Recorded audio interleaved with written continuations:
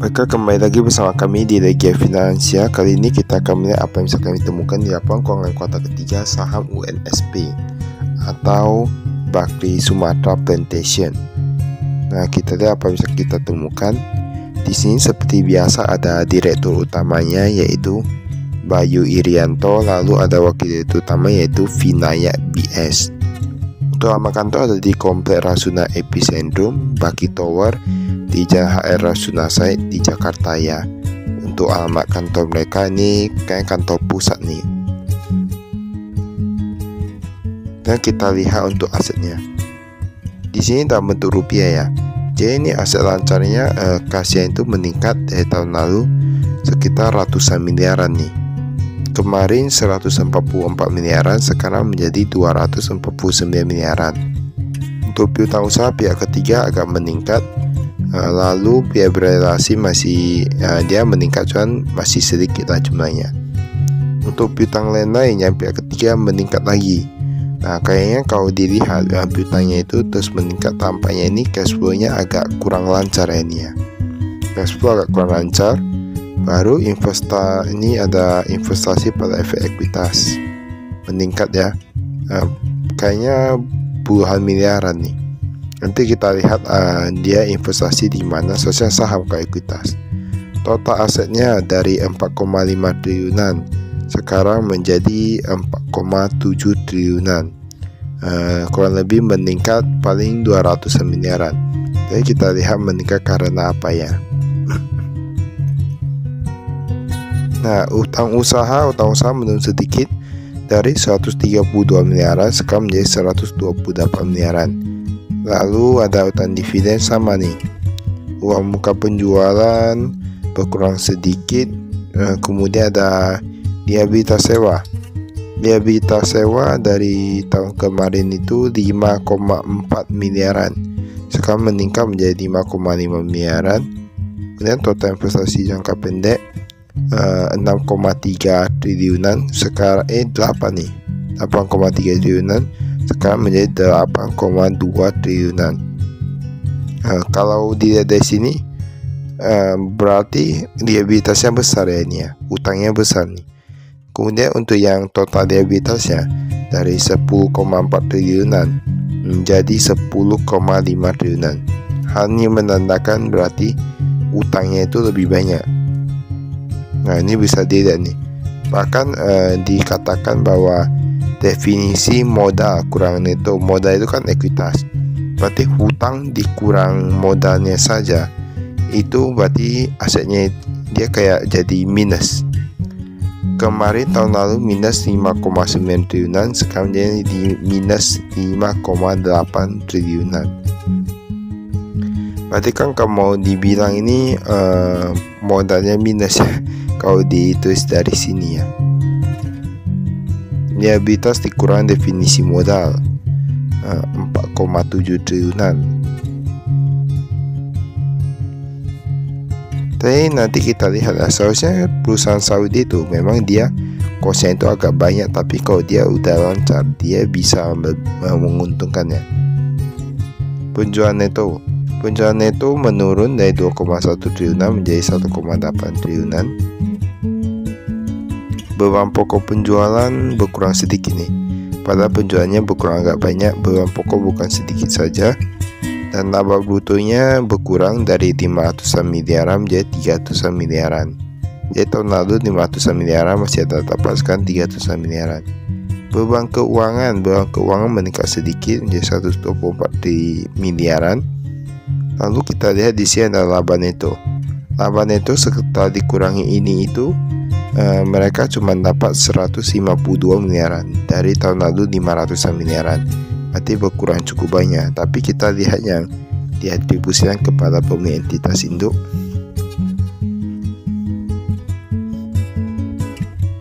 Nah, ini ada nih. Oh, hampir sama ya. Tahun lalu 200 miliaran, sekarang menjadi 150 miliaran.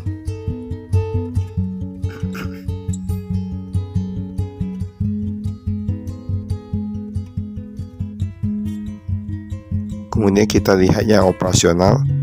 Penerimaan kas dari pelanggan 2 2,1 triliunan kemarin, sekarang menjadi 1,8 triliunan saja karena memang penjualan kan lagi turun. Pembayaran bunga, pembayaran bunga udah agak mending ya.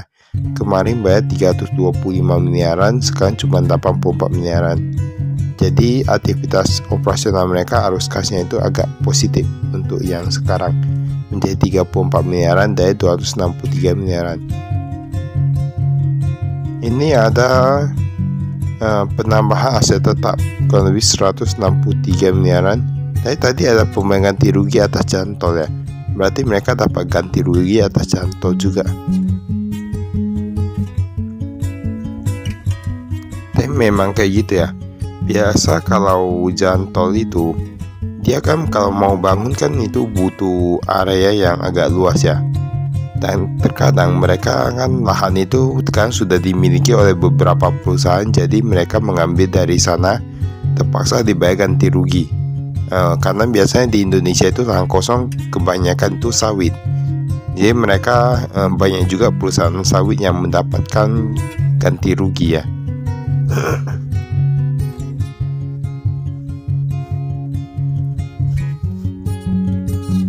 Kalau ini ada entitas usahanya, kita lihat apakah ada yang berkurang ataukah meningkat.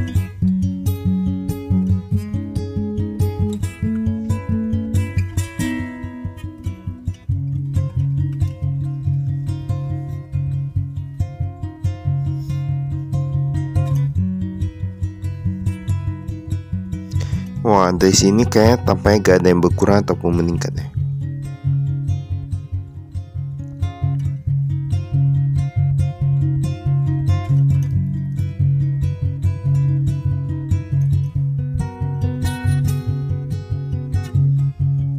Bahkan tadi entitas usahanya ada di Singapura, ada Virginia juga itu.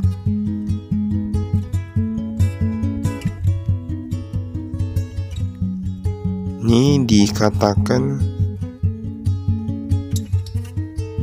entitas usaha Agri International Resources.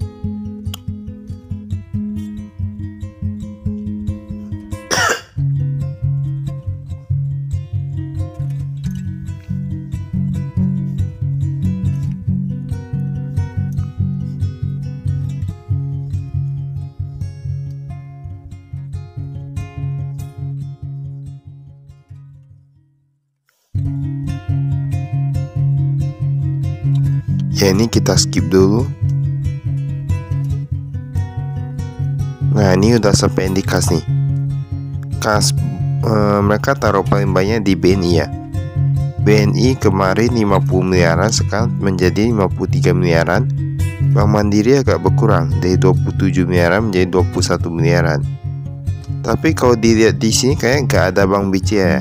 Kayak setahu kami rata-rata tuh setiap perusahaan itu tetap ada tahu di Bank BCA.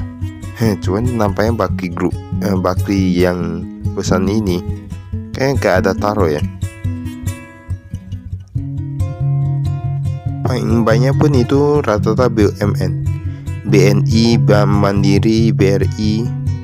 Nah, ini ada taruh deposito nih. Deposito bertambah banyak menjadi 100-an miliaran, 151 miliaran. Padahal tahun lalu cuma 20 miliaran ya.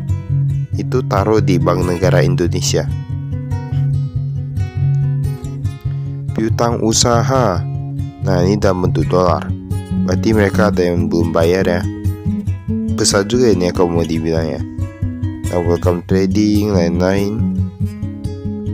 Kalau rupiah ada Intan Surya Pratama, Kanajaya, Garuda Mas, Sumatera Sejahtera.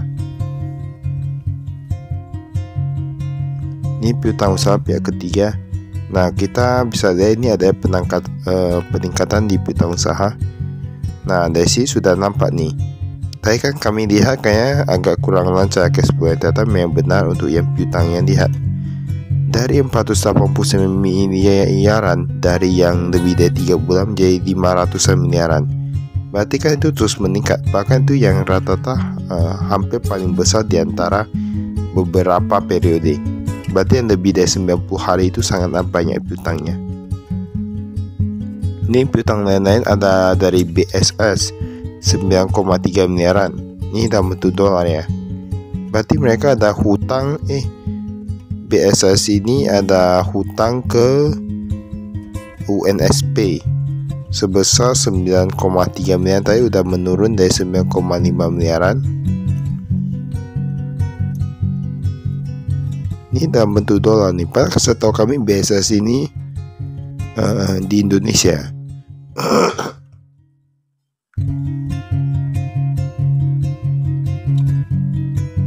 Oh, di sini ada diterangkan ternyata piutangnya itu merupakan retensi yang ditahan oleh BSS. Berarti dari penjualan kepemilikan seluruh saham PT Gahadura Redom Prima entitas anak, kan dijual ke BSS-nya. Di PT Guntur Indah Manusa, piutang ini akan dibayarkan setelah penyelesaian penyataan administrasi sebesar 600-an ribu dolar ya, USD.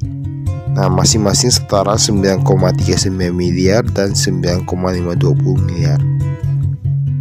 Berarti ini mereka sampai ada jual entitas usaha ya kemarinnya kepada PT BSS, lalu dibeli. Cuman piutangnya sudah dicicil ya, sudah mulai pembayarannya kayaknya. Persediaan barang baku. Nah, kalau dilihat dari sini tampaknya persediaan turun nih. Turun paling banyak di bahan pembantu. Tapi rata-rata kayak barang jadi pun udah berkurang banyak. Tapi entah kenapa ya, entah mengapa mereka kurangi barang jadi ya. Entah karena memang belum besar tanamannya atau gimana. Tapi setahu kami lebih bagus itu kalau untuk yang perusahaan perkebunan, perusahaan sawit itu kan seharusnya terus bertambah ya.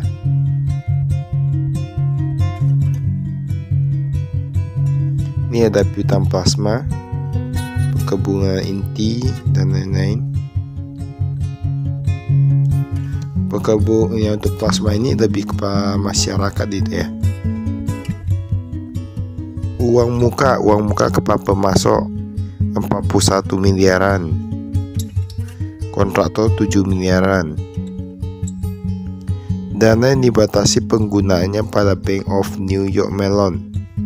Nah, ini mereka ada dana yang dibatasi penggunaannya pada Bank New York Mellon ya, cabang Hong Kong, berdasarkan indikatif restructuring term sheet dan entitas anak dan kreditur dari pinjam kredit Swiss AG cabang Singapura.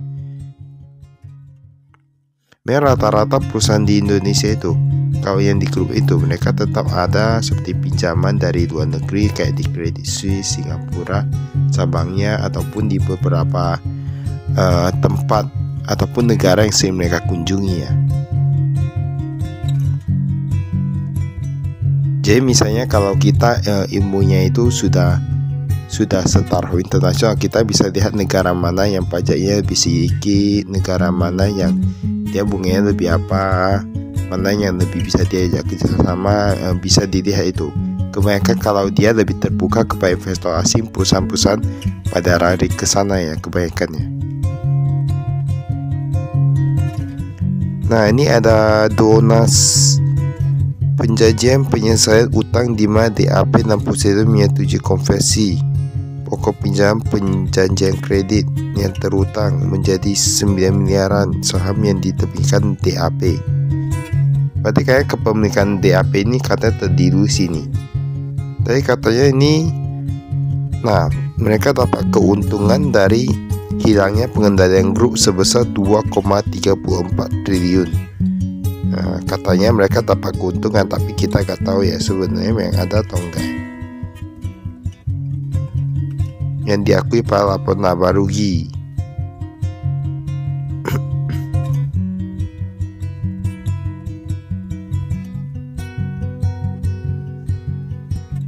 Berarti mereka investasinya itu yang diekuitasi itu di DAP ini. Nah, ini aset tetapnya ya, bisa dilihat.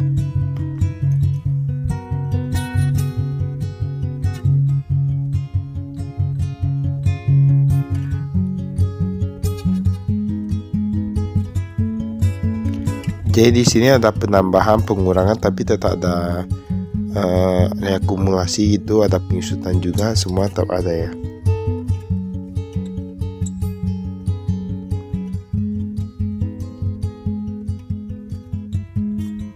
Kalau ini yang 2022. Nah, ini aset yang dia masih dibangun gitu dalam penyelesaian. Ada jalan, ada jembatan, saluran air, kayak sudah meningkat dari tahun lalu. Bangunan dan prasarana, ada mesin, peralatan kantor. Peralatan kantor seperti lemari gitu ya. Lemari, AC. Aset tetap. Menghentikan pengakuan aset tetap melalui dekonsiliasi PT DAP dan PT Sawit Mas Agro Perkasa. Kan mereka kalau tidak salah tadi ada apa ya? Ada pakai modal mereka atau apa untuk pinjaman di luar negeri ya.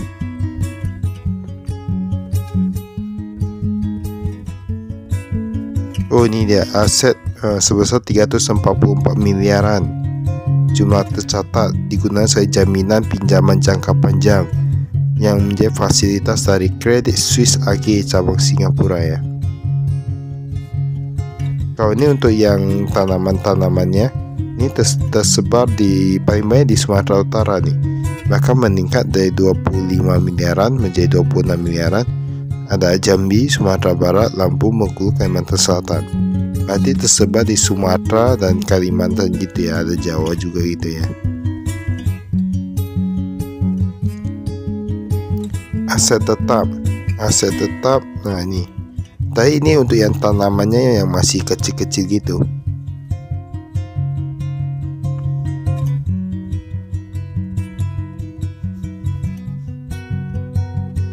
Dan setahu kami, kalau kami lihat dari beberapa perusahaan itu, karet tidak begitu menguntungkan kayaknya.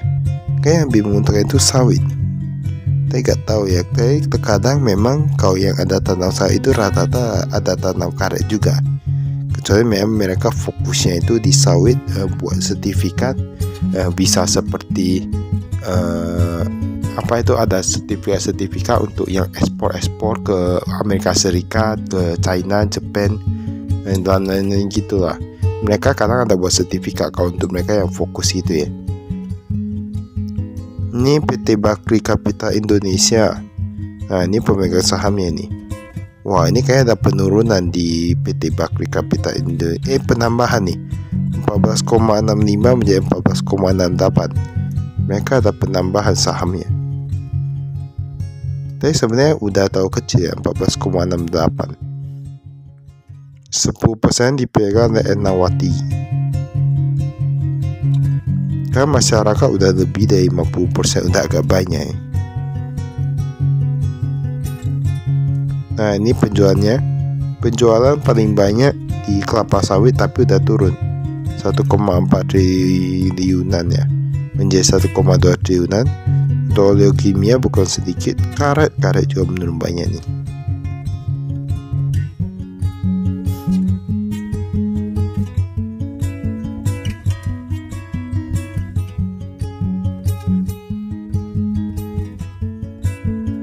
Nah, ini di sini ada paling banyak mereka jual kepada Musimas. Nah, Musimas sebenarnya kalau dia perusahaan Musimas itu bagus ya. Perusahaan yang bagus, sistemnya bagus. Ini persentase terhadap penjualan 19,97%, kurang lebih 372 miliaran. Kedua ada multi apa itu tadi ya, baru Wilmar ya. Tapi Musimas itu banyak juga anak usahanya. Yang kita lihat beban produksi ada 1,5 triliunan menjadi 1,2 triliunan. Gaji bukan di sini. Nah, sudah kami duga terkadang perusahaan itu kita lihat beban pokok penjualnya itu berkurang.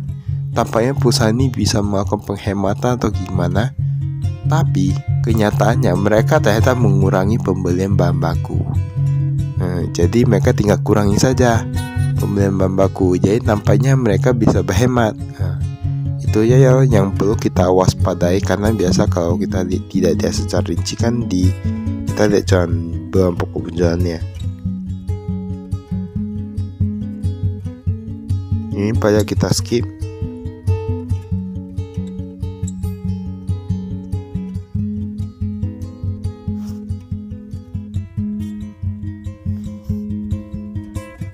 Nah, ini kita skip ya. Kelangsungan usaha. Oh, tampaknya udah habis ya. Baiklah, itu saja dari kami. Sekian dan terima kasih. Salam investasi.